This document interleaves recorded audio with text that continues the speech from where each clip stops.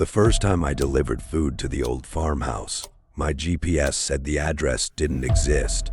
The second time, the delivery app showed a photo of me standing on the porch before I had even arrived. I started delivering food at night during my last year of college because it was the only job that worked around my classes. I lived in a small town in central Ohio, the kind of place where everything closed by 10 except the gas station, the hospital, and a few fast food restaurants that stayed open for truckers and college kids.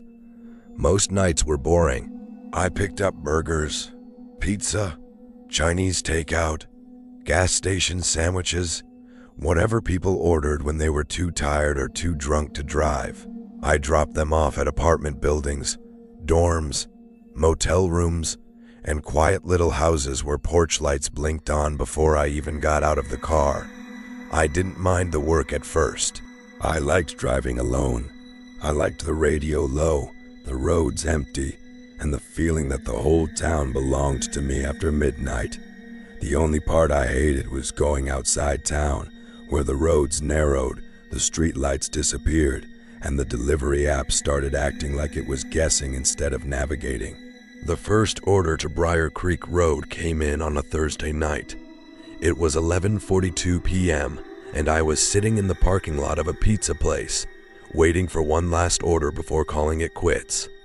The order was small: 1 pepperoni pizza, 1 garden salad, 2 bottles of water.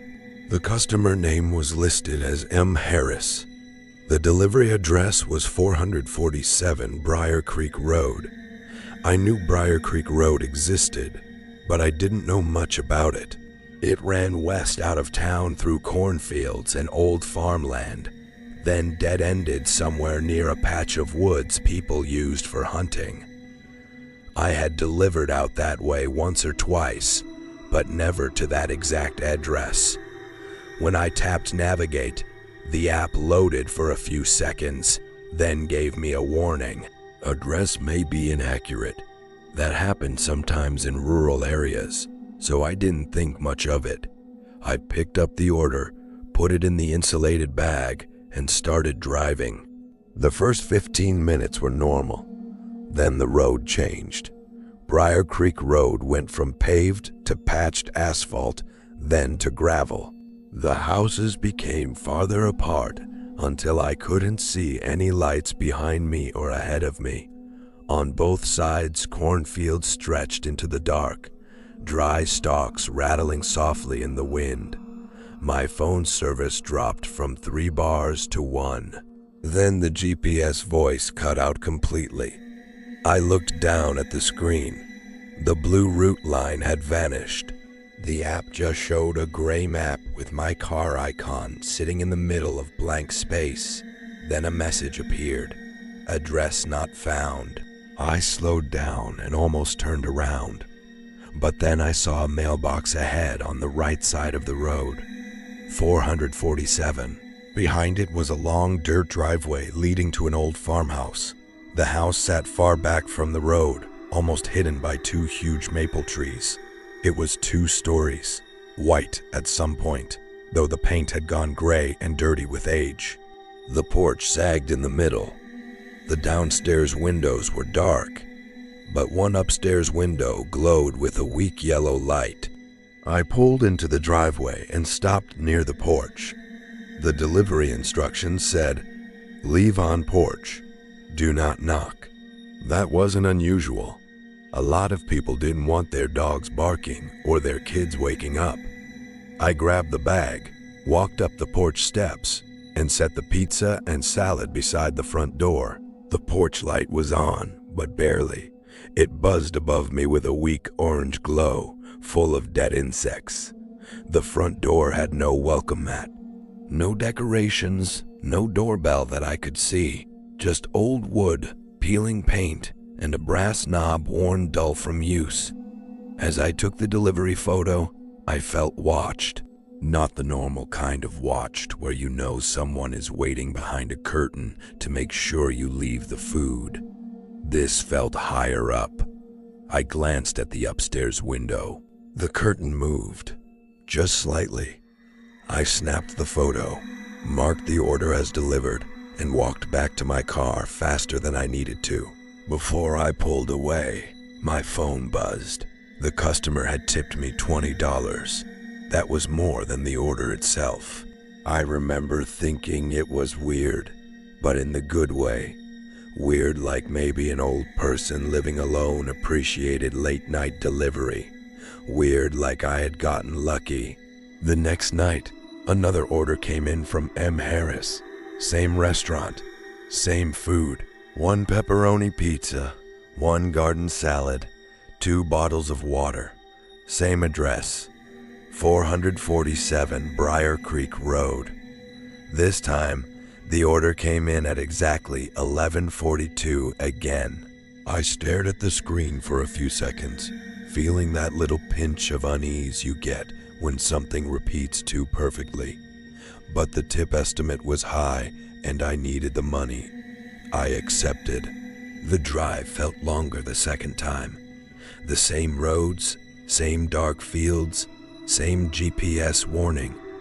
Address may be inaccurate. Then, just like before, the route disappeared before I reached the mailbox. Address not found, but the mailbox was there. 447. The farmhouse was there too. 1 upstairs window glowing yellow. This time, the delivery instructions were different. Leave on porch. Don't look inside. I sat in the car for a moment after reading that. Don't look inside. There was no reason for a customer to write that unless they knew the house looked strange, or unless they wanted to make me uncomfortable. I almost canceled the order and left it at the mailbox, but that would have probably gotten me reported. And again, I needed the money, so I took the food up to the porch. The front door was open about an inch, not wide open, just cracked enough for a thin line of darkness to show between the door and the frame. I looked away immediately. I set the food down, took the photo, and turned to leave. Then I heard something from inside, a chair scraping across the floor.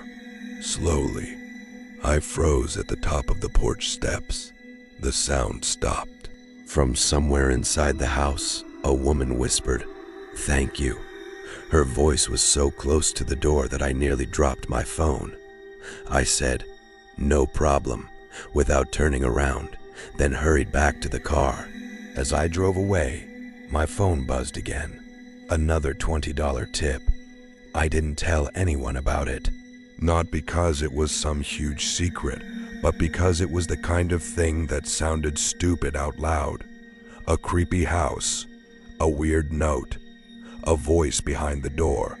That was practically part of the job if you delivered food late enough. The third order came 2 nights later. This time, it was raining. Hard, cold rain that made the roads shine black under my headlights. I had already decided I was done for the night when the app chimed. M. Harris. Same order, same address, 11:42 p.m. I almost declined it. My thumb hovered over the screen. Then I saw the tip, $30. I hated myself a little for accepting. The GPS failed earlier that night, almost a mile before the driveway. For a few minutes, I thought I had missed the turn. The rain was so heavy, I could barely see the road signs. Then the mailbox appeared out of the darkness, standing crooked in my headlights. 447. The farmhouse looked worse in the rain. The porch roof leaked in several places. Water ran down the steps in thin streams. The upstairs window was glowing again, but the light flickered this time, like an old lamp about to go out. The instructions said, "Leave it on the porch. Do not wait for the door to open." I remember whispering, "What the hell?" to myself. I parked with the engine running and the headlights aimed at the porch. I wanted as much light as possible. Then I carried the food up, placed it by the door, and opened the app to take the confirmation photo. That was when I noticed the previous delivery photo. Usually the app just let you take a new picture, but that night, maybe because of the weak signal or some glitch, it briefly showed the last photo I had submitted. It was the porch, the food by the door, the cracked paint, the brass knob, and me. I was standing in the photo, not reflected in glass, not a shadow, not a blur. I was standing on the porch, facing the door, holding the delivery bag. But I had taken that photo myself. I zoomed in with 2 shaking fingers. Behind me, inside the narrow crack of the open door, there was another figure.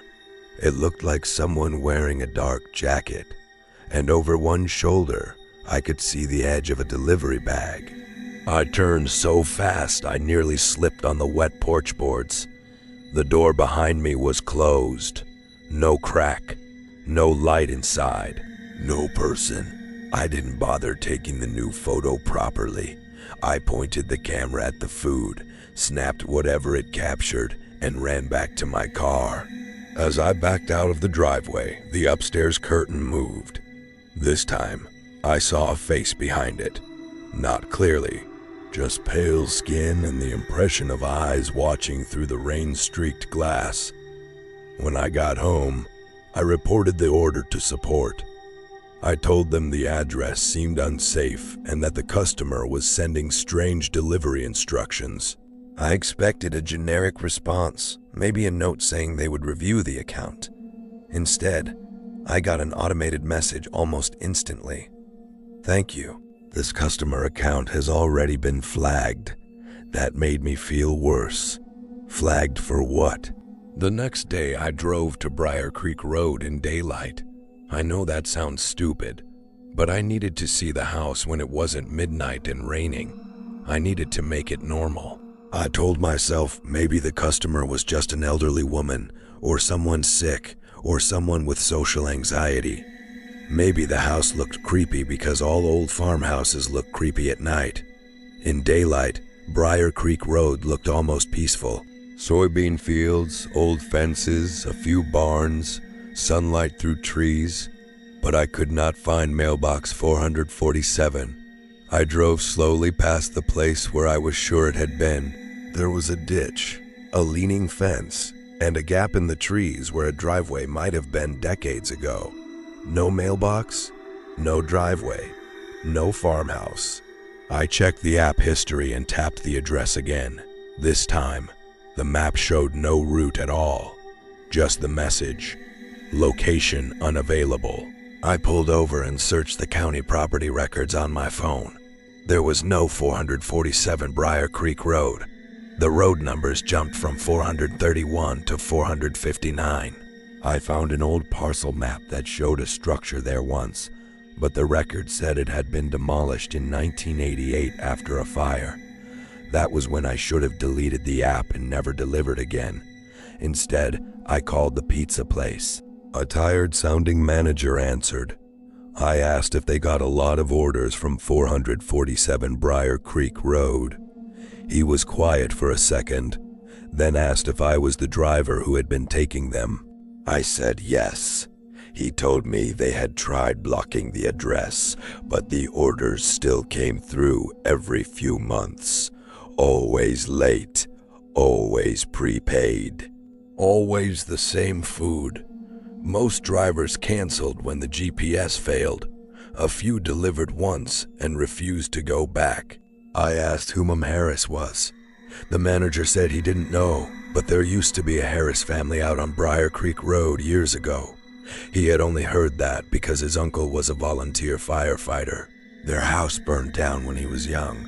I asked if anyone died. He said, "That's the part people argue about." Then he said he had to get back to work and hung up. I searched local archives for the fire. It took me almost an hour, but I found a short article from November 1988. Farmhouse fire leaves 2 missing. The article said firefighters responded to a late-night fire at the Harris property on Briar Creek Road. A woman named Margaret Harris survived with serious burns. Her husband and teenage son were never found. Investigators believed they had been inside when the second floor collapsed, but no complete remains were recovered. There was one detail that made my stomach twist. The fire started shortly before midnight Neighbors told reporters they had seen a delivery driver's car leaving the area around 11:45 p.m., but no driver was ever identified. I read that line again and again. A delivery driver, 11:45 p.m., food left on the porch. Don't knock. Don't look inside. Don't wait for the door to open. For 3 days, I didn't work. Then my account got temporarily suspended for inactivity and missed orders. I was behind on rent. My car insurance was due. So I told myself Briar Creek Road was over. The address didn't exist in daylight. The customer account had been flagged. The app wouldn't send me there again. A week later, it did. 11:42 p.m. M. Harris. Same order, same address. This time, the delivery note said, "Please bring it inside. He is hungry." I stared at the screen until the accept timer almost ran out. Then I declined. The app froze. The order came back. Same customer, same note. I declined again. It came back again. This time, the payout had doubled. I turned the phone off. For a few seconds, my car was silent. Then the restaurant called me. It was the same pizza place. I let it ring, but it called again immediately. On the third call, I answered. No one spoke at first. Then a woman's voice whispered, "He can't eat if you leave it on the porch." I hung up so hard the phone slipped out of my hand. A moment later, the delivery app reopened by itself. Order accepted. Navigation started. I should have driven to the police station. I should have thrown the phone out the window. But fear does something strange to your thoughts. It makes the wrong choice feel inevitable. I kept thinking that if I just completed the delivery one last time, maybe it would stop. Maybe whatever was attached to that order just wanted the routine finished correctly. So I picked up the food. The girl at the counter looked relieved when I arrived. She said the order had printed 3 times even though they only made it once. When she handed me the pizza, she said, "Are you really going out there?" I asked what she meant. She said, "The other driver didn't come back." I asked, "What other driver?" She looked confused. Then she said, "Never mind. Just forget I said that." I drove to Briar Creek Road with both hands gripping the wheel. The GPS did not fail that night. That was almost worse. It guided me perfectly down the gravel road, through the fields, and into the driveway of 447, as if the house had always been there. The mailbox stood straight this time, freshly painted white numbers on black metal. The farmhouse looked clean. That was the first thing I noticed. Not new, not modern, but lived in. The porch boards were solid. The windows were clear. Warm light glowed from the downstairs rooms. There were curtains, flower pots, a rocking chair, and a child's bicycle lying in the grass near the steps. For one impossible second, it looked like I had driven into the past. The app chimed. Customer note updated. Come to the kitchen door. I sat in the car, breathing hard. The front door opened. A woman stood inside. She was thin, with long gray hair and a house dress that looked decades out of date. Her face was shadowed by the light behind her, but I could see one side of it was badly scarred, the skin tight and shiny from old burns. She raised one hand and pointed toward the side of the house, not waving, directing me. I got out with the food because by then I didn't feel like I was choosing anything. The side path led to a small kitchen door. Through the window, I could see a table set for 3 people, 3 plates, 3 glasses, 3 folded napkins. But only one chair had been pulled out. I knocked once. The woman's voice came from inside. Leave it on the table. I tried the knob. It opened. The kitchen smelled like smoke. Not fresh smoke. Old smoke. The smell that stays in walls after a fire, even after paint, cleaning, and years of pretending it's gone. I stepped inside. The room was warm. Too warm. A clock above the stove ticked loudly. Its hands were stopped at 11:42. I put the pizza, salad, and water on the table. Then I heard something above me. Footsteps on the second floor. Heavy, slow. A man's voice called down from upstairs. "Is he here?" The woman answered from somewhere behind me. "Yes." I turned. She was standing in the kitchen doorway, between me and the exit. I could see her face clearly now. One side was normal, old and tired. The other side looked melted and pulled tight against her cheekbone. One eye was cloudy. The other was fixed on me with awful calm. I said, "I just deliver the food." She nodded. That's what the last one said. The footsteps upstairs crossed the ceiling. Another voice joined the man's. "Younger. A boy. Did he look inside?"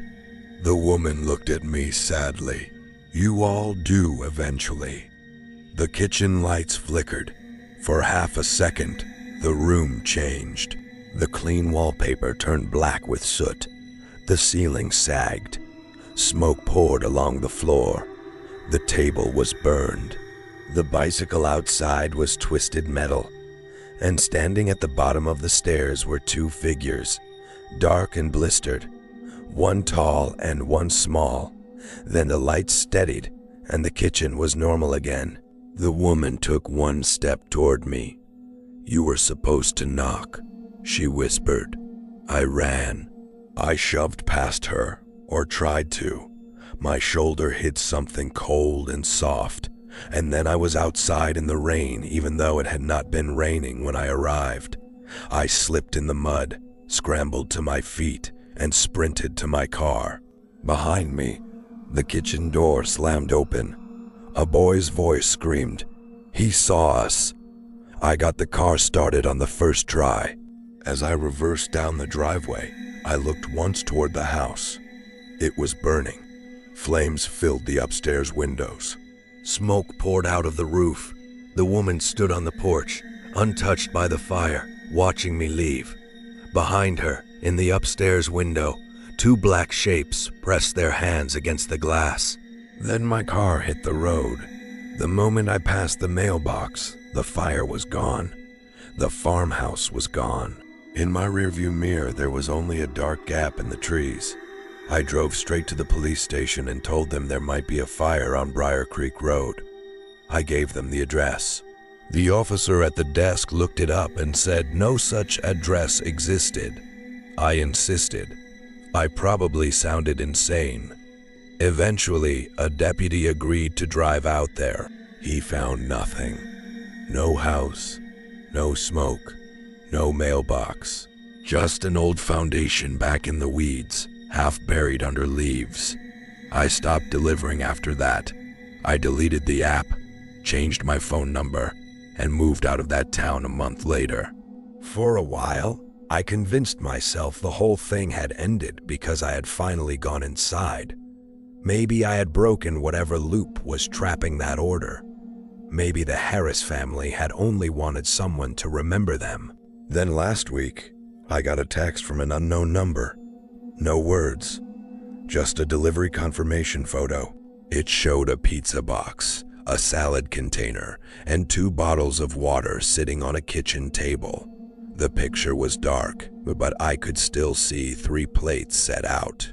And in the reflection of the kitchen window behind the table, I saw myself standing in the doorway, wearing the same red delivery jacket I had thrown away 2 years ago. Below the photo was one sentence: "Your order was left inside."